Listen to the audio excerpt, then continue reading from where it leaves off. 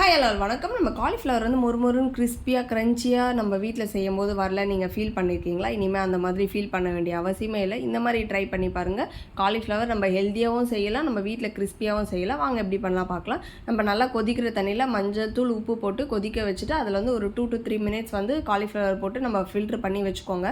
ஒரு பவுலில் வந்து கார்ன்ஃப்ளவர் மாவு, அதுக்கப்புறம் பச்சரிசி மாவு, கடலை மாவு, கொஞ்சம் உப்பு, அதுக்கப்புறம் வந்து வெறும் மிளகாய்த்தூள் இதெல்லாம் போட்டு மிக்ஸ் பண்ணிவிட்டு கொஞ்சம் கொஞ்சமாக தண்ணி ஊற்றி இந்த கன்சிஸ்டன்சியில் வந்து எடுத்துக்கோங்க. ஸோ லேயர் வந்து ரொம்ப திக்காக இருந்தால் சாப்பிட நல்லா இருக்காது. அப்புறம் காலிஃப்ளவரும் போட்டு மிக்ஸ் பண்ணி வச்சுட்டு ஒரு 5 minutes விட்டுட்டு நல்லா கொதிக்கிற எண்ணெயில் வந்து நம்ம இதை போட்டு பொரித்து எடுக்க வேண்டியது தான்.